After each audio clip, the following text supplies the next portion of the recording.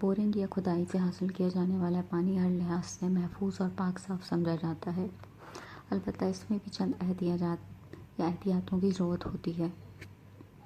مطلب یہ ہے کہ جب آپ کو بہت سخت ضرورت ہو پانی کی تبھی حاصل کیجیے یہ پانی، اور اس کو ڈھانپ کے رکھیے۔ زمین کی تہوں سے حد سے زیادہ اگر پانی نکال لیا جائے، خاص طور پہ جہاں نہری علاقہ ہوتا ہے، تو وہاں بھی کئی طرح کے مسائل پیدا ہو جاتے ہیں۔ لیکن اس کے ساتھ ساتھ یہ بھی دیکھنا ضروری ہوتا ہے کہ آپ پانی کس جگہ سے، کس علاقے سے، کس ماحول سے حاصل کر رہے ہیں۔ اگر ان چند باتوں کا خیال نہ رکھا جائے تو بعض اوقات کنویں کا پانی جو ہے وہ زہریلا بھی ثابت ہوتا ہے اور لوگ اس کو پینے کے بعد ختم ہو جاتے ہیں۔ یہ ان صورتوں میں ہوتا ہے کہ کنواں کسی ایسی جگہ پہ کھودا جائے جہاں ارد گرد خطرناک قسم کی معدنیات زیر زمین دفن ہوں، جیسا کہ اگر کہیں پر پیٹرولیم پایا جاتا ہے یا پیٹرول پایا جاتا ہے یا مٹی کا تیل، یہ تمام دھاتیں ملتی جلتی حالت میں ہوتی ہیں۔ صرف یہ ہوتا ہے کہ پیٹرولیم یا پیٹرول جو ہے وہ مٹی کے تیل کی بہت تیز صورت ہوتی ہے، تو جن جگہوں پہ، جن چٹانوں کے نیچے یا جن صحراؤں کے نیچے یہ معدنیات پائی جاتی ہیں، اگر وہاں سے پانی حاصل کرنے کی کوشش کی جائے یا وہ پانی جو ابھی خالص پیٹرول یا مٹی کے تیل کی صورت نہیں رکھتا ہو لیکن اس میں کچھ اس کی مقدار پائی جاتی ہو، وہ بھی نہ محسوس ہوتی ہو، اور وہ پانی پی لیا جائے تو وہ یقیناً صحت کے لیے نقصان دہ ثابت ہوگا۔ اسی طریقے سے اگر قبرستان کے قریب یا قبرستان کے اندر کنواں کھود لیا جاتا ہے اور پھر وہاں کا پانی پیا جاتا ہے، تو وہاں جو زیر زمین مردے دفن کیے جاتے رہے ہیں تو دھیرے دھیرے ان کے اجسام زمین میں گھل کے زمین کا ہی حصہ بن جاتے ہیں، اور ان کے جسم کے اندر پائی جانے والی ہر معدنی اشیاء جو ہوتی ہیں، ہر معدنی خاصیت اور خواص سارے کے سارے زمین میں دفن ہوتے چلے جاتے ہیں، اور دھیرے دھیرے وہ ارد گرد کی زمین میں بھی پھیلتے چلے جاتے ہیں۔ جیسے تابکاری شروع میں اتنی تیز نہیں ہوتی ہے، جیسے جیسے اس کی طاقت بڑھائی جاتی ہے تو ایک ہائیڈروجن بم یا ایک ایٹم بم ایک پورے شہر کو بھی اڑانے کی طاقت و صلاحیت رکھتا ہے۔ اسی طریقے سے ایک مردہ جسم کے ایک جگہ پہ دفن کرنے سے خاص طور پہ کوئی اثر نہیں ہوتا، لیکن ایک قبرستان جہاں صدیوں سے مردے دفن کیے جاتے رہے ہوں، اور جب عرصہ گزر جاتا ہے تو پرانے قبرستانوں کو ڈھا دیا جاتا ہے، کیونکہ مردے اس وقت تک بالکل مٹی کا حصہ بن چکے ہوتے ہیں اور نہ ان کی شناخت کرنے والا ان کی قبروں پہ کوئی فاتحہ پڑھنے والا وہاں پہ آتا ہے۔ تو اس کے بعد وہاں دوبارہ مردے دفن کیے جانے لگتے ہیں، لیکن وہاں کا پانی اور وہاں زیر زمین معدنیات جو ہیں وہ انسانی صحت کے لیے انتہائی خطرناک اور زہریلی ہو چکی ہوتی ہیں۔ تو اس وجہ سے بعض لوگ جو ہیں بورنگ کے پانی کو ہر حالت میں نقصان دہ قرار دیتے ہیں، تو یہ بھی ان کی ایک محض غلط سوچ ہے۔ اسلام نے بھی قبرستان کے اندر جو کنواں پایا جاتا ہے اس کا پانی پینے سے منع کیا ہے۔ اسی طریقے سے سائنسدان بھی جو ہیں بالکل پہاڑی علاقوں میں یا جہاں پہ معدنیات بہت زیادہ پائی جاتی ہیں ان علاقوں میں تحقیق کے بعد پانی پینے کا کہتے ہیں۔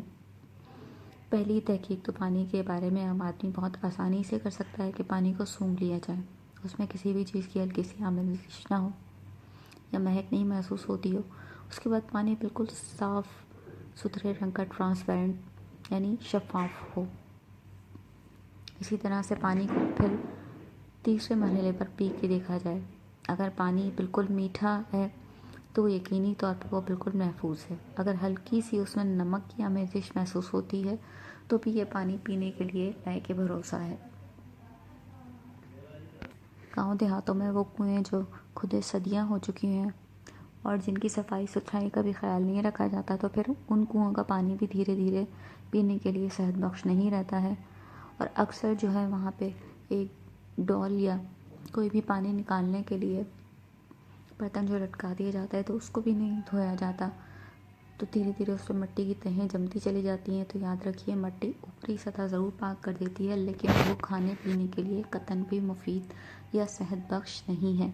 انسانی جسم مٹی سے بنا ہے یا گوشت پوشت کا ہے، لیکن وہ مٹی ہضم نہیں کر سکتا، بلکہ وہ کچا گوشت بھی ہضم نہیں کر سکتا۔ تو انسان کو نہ جانے کب مٹی سے ڈھالا گیا تھا، اب اس کا جسم یا معدہ مٹی کو بالکل بھی ہضم کرنے کے لائق نہیں ہے۔ تو کہیں پر کنووں کا پانی جو ہے صدیوں کے استعمال کے بعد صفائی نہ ہونے کے سبب مختلف قسم کی آلودگیوں کا جو ہے وہ منبع بن کے رہ جاتا ہے، اور کہیں برتن جو پانی نکالنے کے لیے استعمال کیے جاتے ہیں وہ صاف ستھرے نہیں ہوتے، اس وجہ سے پانی نقصان کر رہا ہوتا ہے۔ تو ان تمام معاملات کی تحقیقات کر لینی چاہیے، وگرنہ بصورت دیگر بورنگ کا پانی اگر شہری آبادی میں بھی حاصل کیا جاتا ہے تو بے شک ارد گرد جتنی بھی آلودگی ہو، نالیاں اکثر صرف اوپر کے 4-5 فٹ کی تہیں بنائی جاتی ہیں، 10 سے 15 فٹ نیچے تہ میں پانی بالکل پاک صاف ستھرا ہوتا ہے۔ اور یاد رکھیے کہ ہم جو بھی گندگی کرتے ہیں، جو بھی ہم اپنے گھروں سے زہریلا پانی بہاتے ہیں یا فیکٹریوں سے زہریلا پانی بہایا جاتا ہے، تو ان کی مذمت سختی سے اس وجہ سے کی جاتی ہے کہ بالآخر یہ تمام کا تمام پانی جو ہے یا تو حکومتی سطح پر میونسپلٹی جو کام کر رہی ہوتی ہے بالآخر سمندروں میں بہا دیا جاتا ہے، یا کسی نہ کسی صورت میں یا بارش